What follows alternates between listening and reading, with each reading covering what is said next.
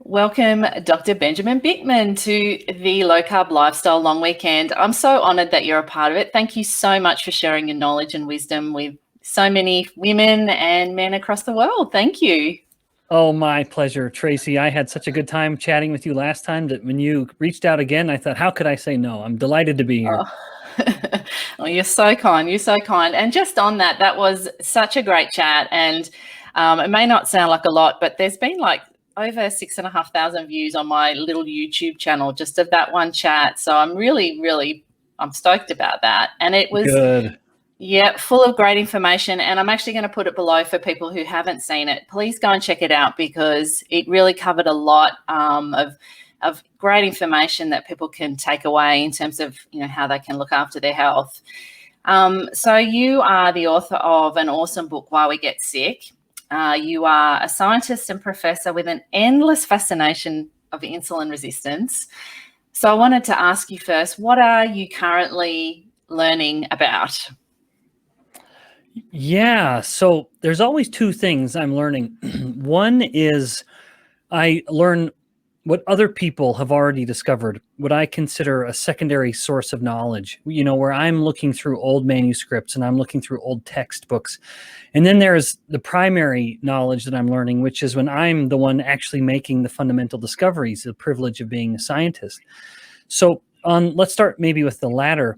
With regards to what we're working on in my lab right now, there are always a handful of projects because some fail and crash and burn miserably, and others bear some wonderful fruit.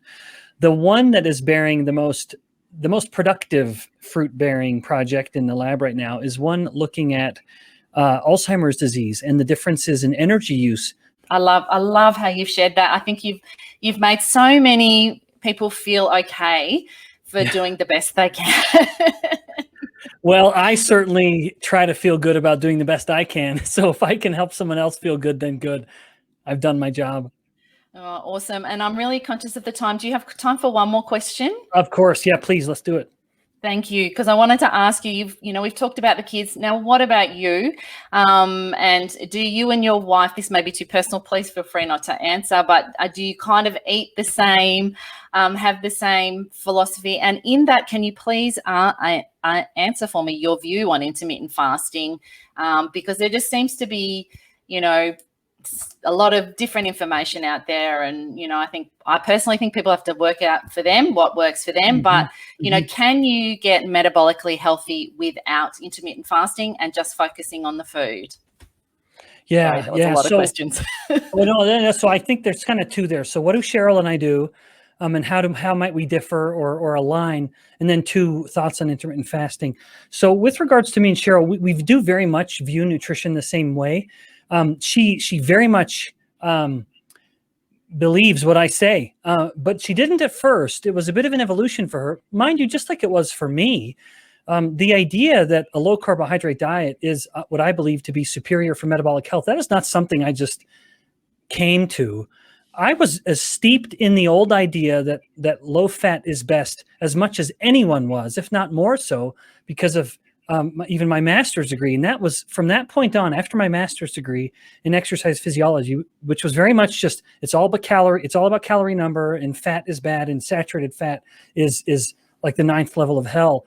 I had to unlearn that. And as I was going through that process of just relying on nothing but the data, I would share these things with Cheryl, and she did not just buy into it as a testament to just her strength of character. She is in no way swept over or convinced by things I just say or do.